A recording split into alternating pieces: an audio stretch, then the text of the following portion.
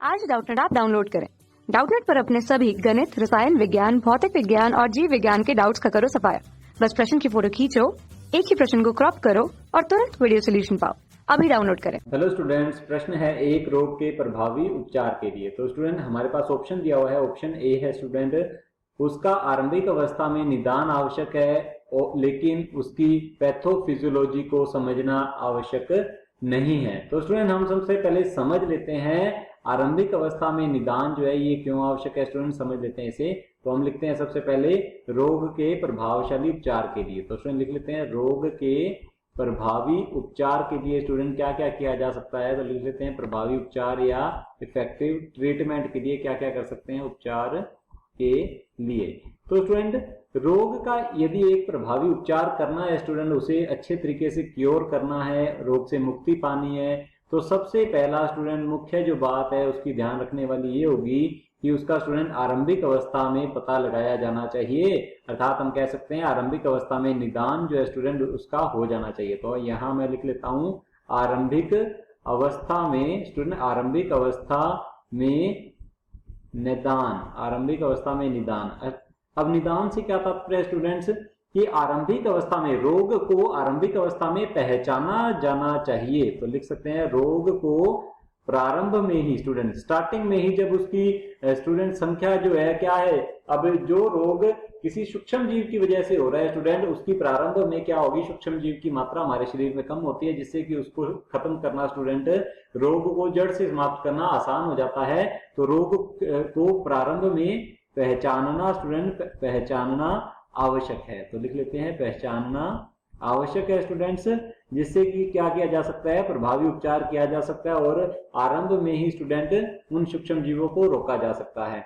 तो स्टूडेंट आजकल इसके लिए विभिन्न प्रकार की तकनीक है, जैसे कि पीसीआर तकनीक, पॉलीमरेज चेन रिएक्शन। यह क्या करती है स्टूडेंट, अत्यधिक कम संख्या के अंदर जो सूक्ष्म जीव हमारे स्टूडेंट शरीर के अंदर उपस्थित हैं या फिर उन्होंने हमारी कोशिकाओं को रूपांतरित कर दिया है अपने अनुवांशिक पदार्थ के द्वारा स्टूडेंट, तो उसके अनुवांशिक पदार्थ को स्टूडेंट पीसीआर तकनीक के द्वारा, पॉलीमरेज चेन रिएक्शन या इसको पॉलीमरेज श्रृंखला अभिक्रिया कहा जाता है, तो उनके न्यूक्लिक अम्लों की पहचान की जा सकती है। दूसरी तकनीक है स्टूडेंट आरडीएनए तकनीक। तो लिख लेते हैं आरडीएनए तकनीक। इस तकनीक में स्टूडेंट विशेष रेडियो एक्टिव या विकिरण सक्रिय एक रज्जुकीय डीएनए या आरएनए का उपयोग करते हुए स्टूडेंट विशेष प्रकार के अमीनो अम्ल की पहचान की जाती है स्टूडेंट। उत्परिवर्तित जीनों की पहचान की जा सकती है, जिससे कि रोग की प्रारंभिक अवस्था में स्टूडेंट पहचान हो सकती है। और स्टूडेंट यदि हम बात करें तो एलाइजा जैसे टेस्ट जो है, एलाइजा जो है यह एचआईवी का पता लगाने के लिए स्टूडेंट होता है।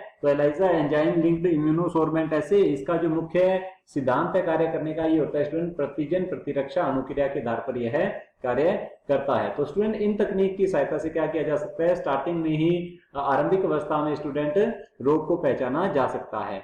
और स्टूडेंट क्या किया जाना चाहिए रोग के प्रभावी उपचार के लिए, उसकी पैथोफिजियोलॉजी जो है स्टूडेंट, तो मैं यहाँ पर लिख लेता हूँ पैथोफिजियोलॉजी के बारे में भी पता होना चाहिए स्टूडेंट। तो लिख लेते हैं पैथोफिजियोलॉजी, लिख लेते हैं पैथोफिजियोलॉजी। तो स्टूडेंट इससे हम समझ लेते हैं पैथोफिजियोलॉजी होती क्या है स्टूडेंट्स। तो स्टूडेंट पैथो, ये जो वर्ड आया है ये आया है पैथोजन से अर्थात रोगजनक से, और फिजियोलॉजी शब्द से स्टूडेंट तात्पर्य होता है उपापचयी क्रियाएं या कार्य की स्टूडेंट्स। तो स्टूडेंट एक रोगजनक के द्वारा, तो हम लिख लेते हैं ये किससे आया स्टूडेंट, ये आया है अंग्रेजी के एक शब्द पैथोजन से, और फिजियोलॉजी शब्द का अर्थ होता है स्टूडेंट कार्यकी। कार्यकी अर्थात स्टूडेंट उपापचयी क्रियाएं। अब स्टूडेंट पैथोजन जो है इसका तात्पर्य होता है स्टूडेंट रोगजनक।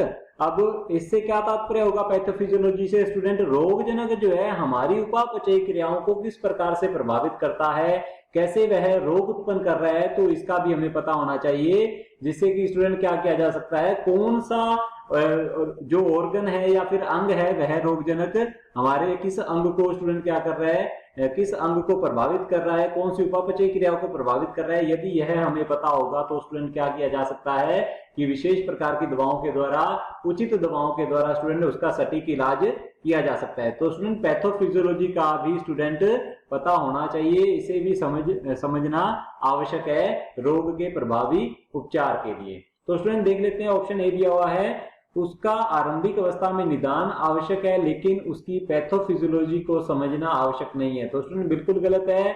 आरंभिक अवस्था में निदान और पैथोफिजियोलॉजी दोनों को समझना आवश्यक है स्टूडेंट्स। और दूसरा देख लेते हैं, ऑप्शन बी दिया हुआ है, बीमारी का निदान आवश्यक नहीं है किंतु उसकी पैथोफिजियोलॉजी को समझना आवश्यक है। तो स्टूडेंट यह भी गलत होगा, क्योंकि बीमारी का यदि पता ही न चले तो स्टूडेंट पैथोफिजियोलॉजी का कैसे पता चलेगा, तो ये हमारा ऑप्शन गलत होगा। ऑप्शन सी दिया हुआ स्टूडेंट, बीमारी का निदान और उसकी पैथोफिजियोलॉजी को समझना आवश्यक है। बिल्कुल सही उत्तर है स्टूडेंट ऑप्शन सी, क्योंकि आरंभिक अवस्था में पहचान किया जाना और उसकी पैथोफिजियोलॉजी को समझना वह रोग रोगजनक जो है हमारी किस प्रकार से स्टूडेंट ऑर्गन्स को या अंगों को नुकसान पहुंचा रहा है, ये समझना अति आवश्यक है, जिससे कि प्रभावी उपचार किया जा सके। तो हमारा ऑप्शन सी जो है बिल्कुल सही उत्तर होगा। और ऑप्शन डी दिया हुआ स्टूडेंट्स, न तो बीमारी का निदान और न ही उसकी पैथोफिजियोलॉजी को समझना आवश्यक है। तो स्टूडेंट ये भी हमारा ऑप्शन गलत होगा, ऑप्शन सी बिल्कुल सही उत्तर है। तो स्टूडेंट यहाँ पर ऑप्शन डी में दिया हुआ है, न तो बीमारी का निदान और न ही पैथोफिजियोलॉजी को समझना। तो बीमारी का पता ही नहीं लगे और उसकी स्टूडेंट वह किस प्रकार से बीमारी उत्पन्न कर रहा है, रोग कैसे उत्पन्न हो रहा है, यदि उसका पता ही नहीं होगा तो उसका उपचार कैसे किया जाएगा स्टूडेंट्स। तो ये हमारा ऑप्शन जो है क्या होगा स्टूडेंट, गलत होगा। ऑप्शन सी बिल्कुल सही उत्तर है स्टूडेंट्स। कक्षा 6 से 12वीं से लेकर नीट, IIT, JEE वो एडवांस के लेवल तक 1 करोड़ से ज्यादा छात्रों का भरोसा। आज ही डाउनलोड करें डाउटनेट ऐप या व्हाट्सएप करें अपने सारे डाउट्स 8400 400 400 पर।